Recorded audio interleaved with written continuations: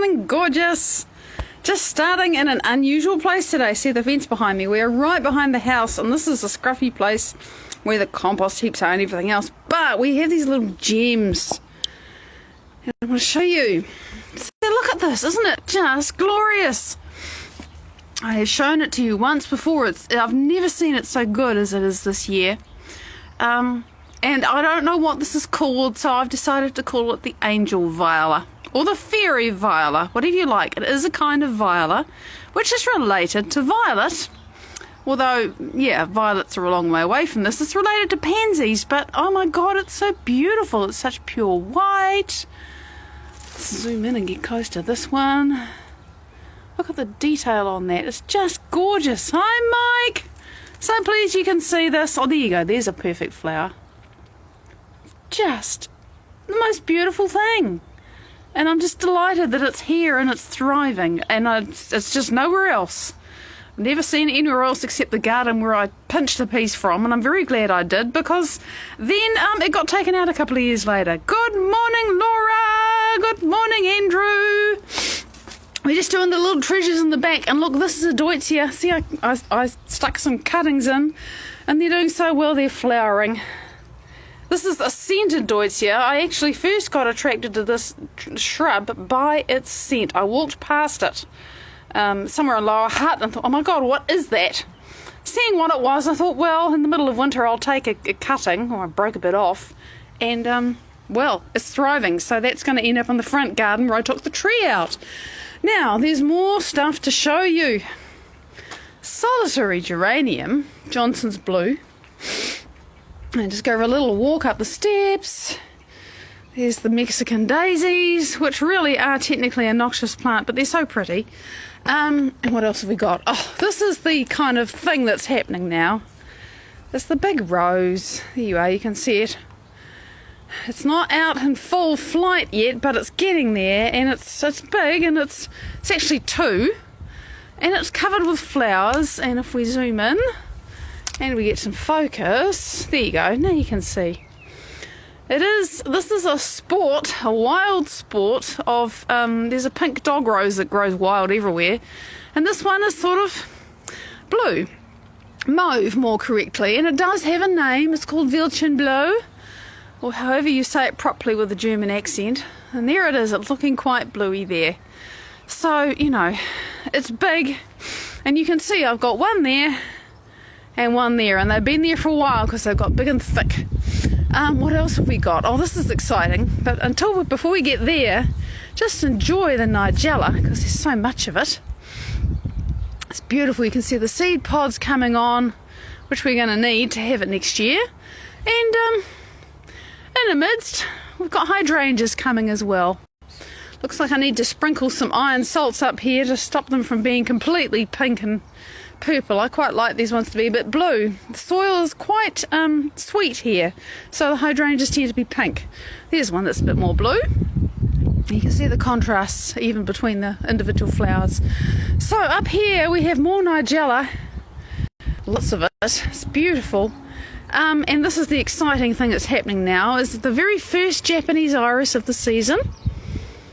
It's fabulous, and it's chosen a very good day to open on because it's no longer raining. Yeah, and I don't think I need to say anything else except it's gorgeous! Good morning, Jen! Good morning, everybody! Just got to back down the steps here. Steps is a bit of a glorified name for them. They're bits of driftwood, and yeah, so you have to watch your footing. What else have we got? There's the more crazy magnolia and the ghost plant, which isn't moving much, but you can see when the wind tickles it, it's beautiful. It's getting a bit long, yeah? It's going to need pruning soon, over the Christmas break, I think. And there's the wild garden. Well, the terrace garden is what it's called. Got to prune the daisy bush. Daisy bush has got to be pruned or they get scraggly and miserable. And the other thing to enjoy, because it's in full flight at the moment, is the cassia, which is, well, the cassia. And look at it, isn't it lovely, with the Campanula Elizabeth hanging out the back, hanging out, literally, of the crib wall, and between them. It's just beautiful. And look how they sway in the wind. It's a beautiful breeze today. Everything is kind of perfect for the garden. Not to be missing this fabulous, a different kind of campanula. Just waving in the wind. Let's get up close. You can see there's a bit of dew. Sharp, please. Come on, camera, sort it out. There we go. Now you can see it. I love the texture on the flowers. Julian, good morning. Derek, it is great to see you. Yes, the iris is amazing. Japanese iris are just the most spectacular things. There's the lemon tree. And let's not forget the red currants, which are very green, but aren't they growing well? Mimi, good morning. It's great to see you, everybody. So, turning the camera around. And a wonderful comment made yesterday. Sandy, it was you. I know you'll see this, bless you.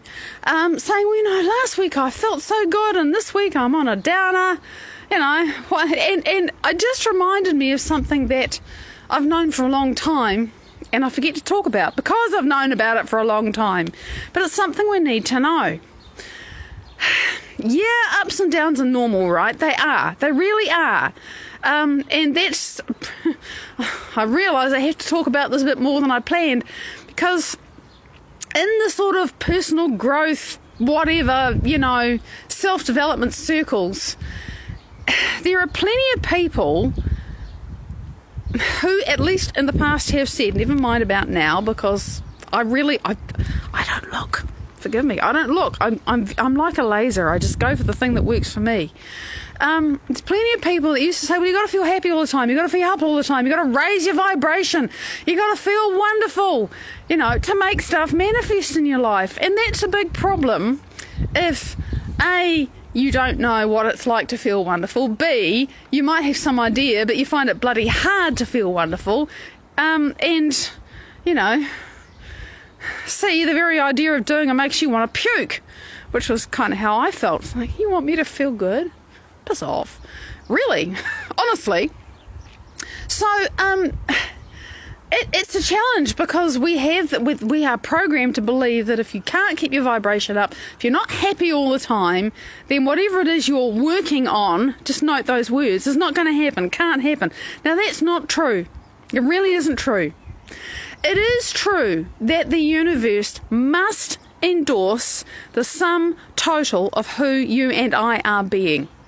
So if we're happy 5% of the time but depressed 95% of the time, it's kind of an averaging out whatever the signal is that I'm sending and whatever the feeling is that I'm most commonly embodying, that's what I'm going to get the most of in my life. That's just quantum law. But if I'm practicing feeling better and I get a little bit of ground, and this happens so much when people are starting on this and they think, oh, you mean I have some control over my emotions? You mean I can set a goal? You mean I can think about a thing that I want to do, have, be, whatever, and I can feel into how it would feel when I have it, and I can start practicing embodying that state of being? You mean I can actually do that? Yeah, okay. And so off they go and they start doing it. And they get a bit of skill at it, and they get in a bit of a groove. Right? We've all had this happen. I've watched it over and over again, and I see it myself. And it's like, cool, I'm getting this. Woohoo! And then somehow you fall off your trolley. You know, whatever. Life, the horse, bucks you off. Actually, life, the horse, does not buck you off. But, you know, something upsets you and suddenly you're on a down. And it's like, well, what the hell happened? Did I break it? Did I do something wrong? What's wrong with me? You know, all of those questions, the doubts come in. And, you know, So, the first thing to realise is the thing that knocks you off your cart you may not have even noticed before you started doing this gig. You just might not have noticed it. Yeah, there is sunshine there. If I don't have the hat, I'll be squinting. So there's a process that happens where, you know, you're just used to feeling like crap, and then you start to elevate your emotions, and it's cool, and then something happens, and you might not even have gone back to as far down as you used to be. But by contrast to what you started to become accustomed to, it feels like crap. So the first thing to celebrate is to realise that you actually got used to feeling different. Whoa! That is progress. It's the first thing to realise when you flip-flop, okay? We use this word flip-flop. I use this word flip-flop. It's become a, industry term in this space. So when you fall off the horse, realise that the first thing that's good about that is because you were on the horse, right? Woohoo! You were on the horse. And so if that is actually a sign that you've been starting to succeed, yeah, there is no up without the down, and you've got to appreciate our progress and to realise that it's normal to fall off the horse. It's normal to just feel like you're getting into your stride and then something comes along and knocks you off your trolley. Now, how does that happen?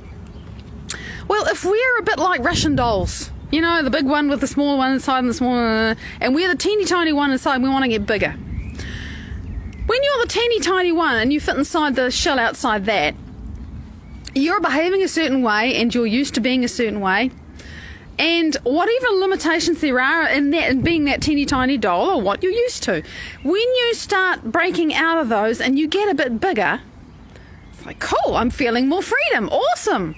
Then you start to wriggle your elbows and knees and you bang into the next shell. So you bump into something, like I said, that might not have upset you a couple of weeks ago because you were so buried in your normal state of being that it never would have bothered you because it was just more normal. Now, it's not normal because you've actually grown. You don't fit comfortably inside that slightly bigger shell anymore you used to. So you're actually encountering different parts of resistance, different resistances inside yourself. It's progress.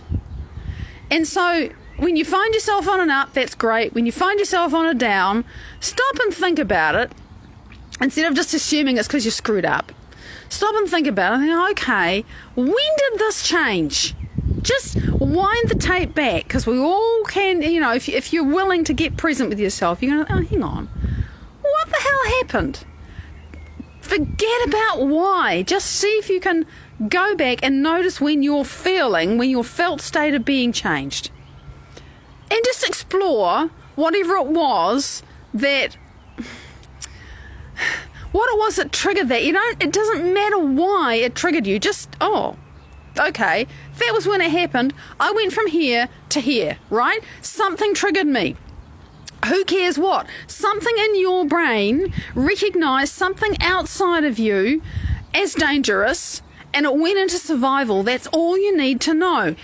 And just identifying that there was something, the point in time, not even what it was. If you can't figure out what it was, don't spend time trying to figure it out. It doesn't matter.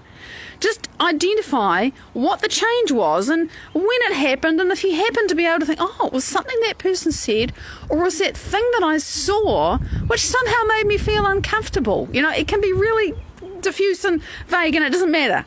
Really doesn't matter. What's important is you notice when and what changed. Now here's the key thing. I got to check the clock. Okay. The key thing.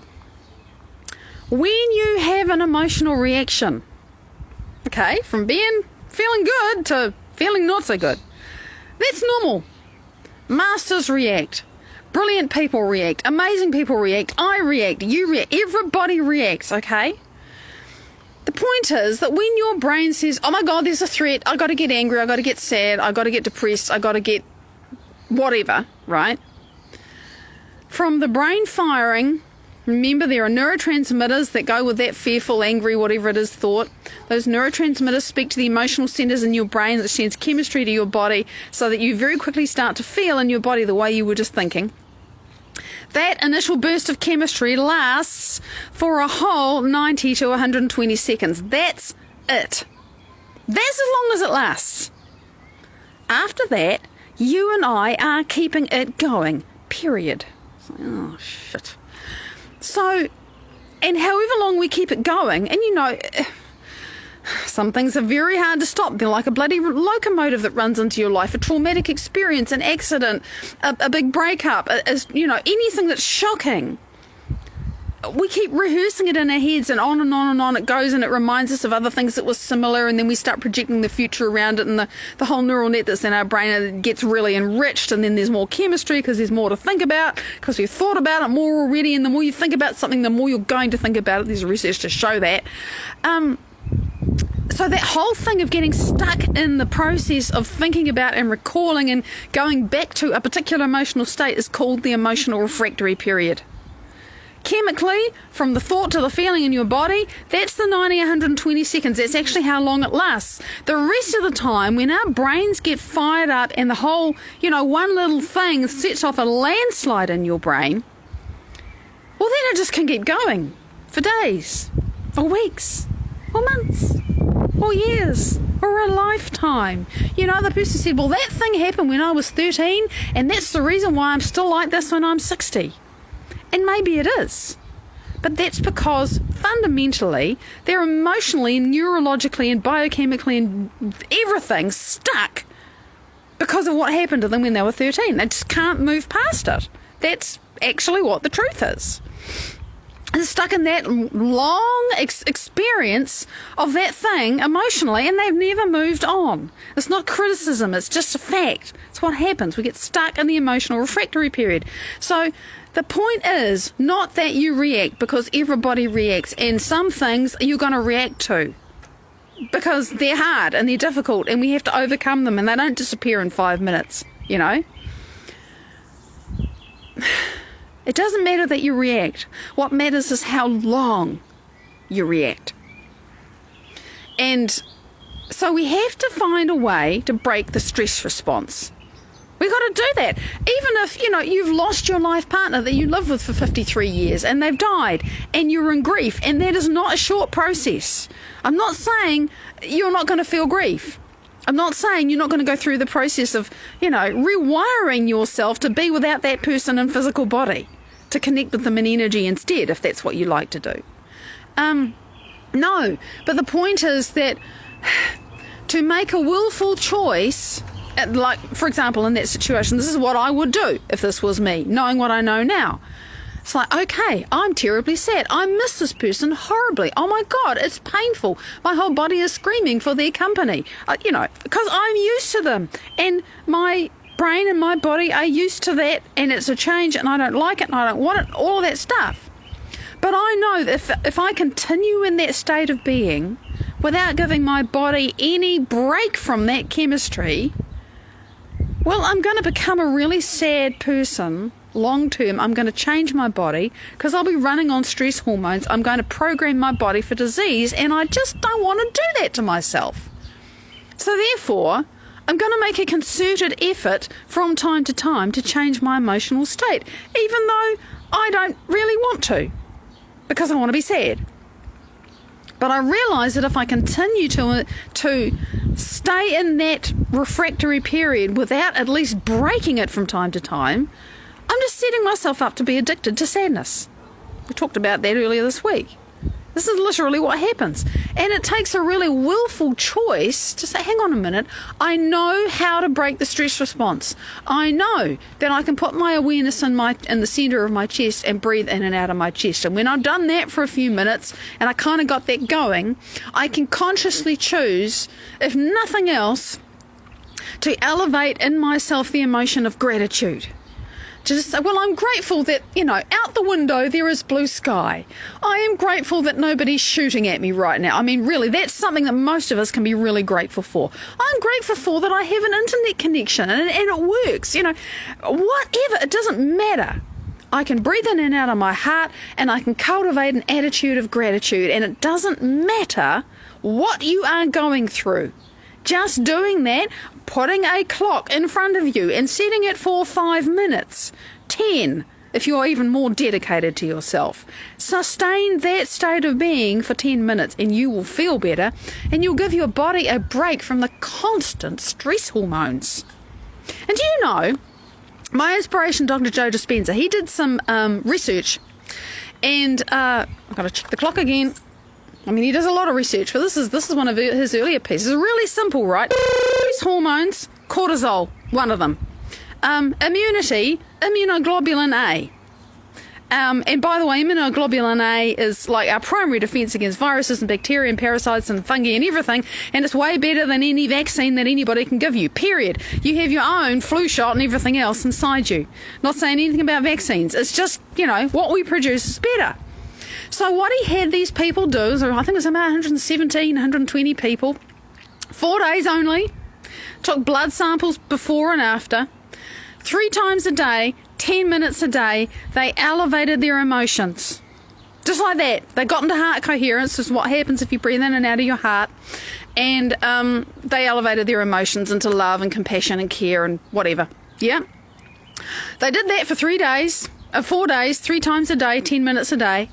And at the end of the study, what happened was that over the study group, everybody's IgA went up 50%. They just added half to their immunity. And their stress hormones all went down to the normal range. Except for the people whose adrenals were completely nuked, who had no stress hormones, and those ones went up into the normal range. Which surprised them because they hadn't thought of that. And it's like, oh my God, you mean elevated emotions physically have this effect on us? Yeah, they do. So it doesn't matter what you are going through. You can willfully choose to do this, and you will physically affect your body, and you will feel better, and you will break the stress response. And once you've broken the stress response, you can start to think again and think, oh, okay, I'm in gratitude. Can I say that? Can I get and be in gratitude for the future that I desire now? Can I get back on my horse again? Can I be, and you will. All that happened is that you got incoherent. Something knocked you off your trolley. You lost your coherence. And you just got to break the stress response and get it back. It is that simple. I'm not saying it's easy, but it does get easier with practice, speaking from experience. Yeah, we do have to smile and choose joy, especially when you're having a crap day. For me, I can't paste on a smile. I got to generate it from inside me. That means I got to change myself. I got to change my brain. I got to change my heart, one or both. And then I can feel better, and then I can smile. I've never been able to paste it on from the outside. I know that's not what you're saying, Andrew, but for me, that was what I used to think people meant. It's like, no, I can't do that. It just feels so wrong, and it did, for lots of reasons. Now I understand. I got to generate the feeling. Then I'm going to smile. Or at the very least, I'm going to, oh, I feel better. So that's what I wanted to say. Thank you for sharing with me, beautiful being. Big love. I will see you with bells on tomorrow. Bye-bye.